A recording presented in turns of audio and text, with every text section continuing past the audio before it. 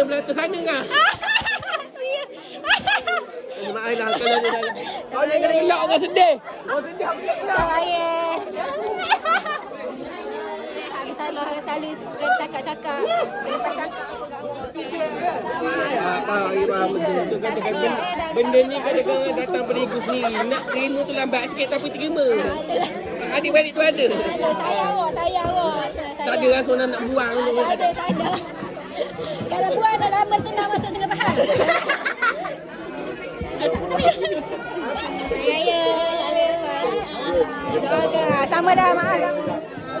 Selalu apa tak ada apa masalah. Sama buat selalu. Dia tahu tiba-tiba pisah.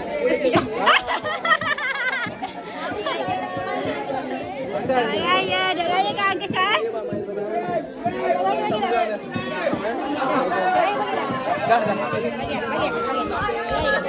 Raya. Dah ada sama. Tak ada salah. Apa salah cakap. Bagi je. Okey kena kalau. Ayam. Saya bawa dia baca tu kalau dia salah silap minta maaf. Alright. Tak ada hal. Salah. Okey, raya. Tak ada salah apa-apa. Minta maaf. Besar kecil. Selamat Raya. Raya. Selamat Raya model. Maaf kalau ada salah silap model. Sama lah awak pun moga berjaya. Dunia akhirat. Yang penting akhirat tu kita jaga. Selamat Raya, bye-bye. Sama. Tak ada benda. Awak tu jaya apa? Dah kerja. Kita doa berjaya semua. Acila doa berjaya semua. Berjaya dunia akhirat semua. Itu yang penting. Betul Dunia Raya. Salah silap dengan Sama-sama lah. ada kekurangan ke apa. Tak ada. Tu dia raya dah bagi dah.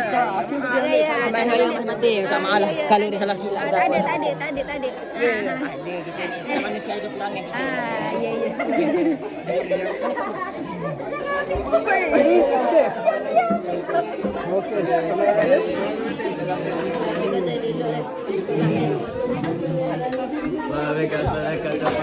Syakib. Sini. Salah apa? Tak salah apa? Salah apa? Cakap salam. Cakap apa? Selamat Raya. Minta maaf abah cakap. Simpan terus. Cakap I love you. Mana lagi banyak-banyak? Cakap I love you.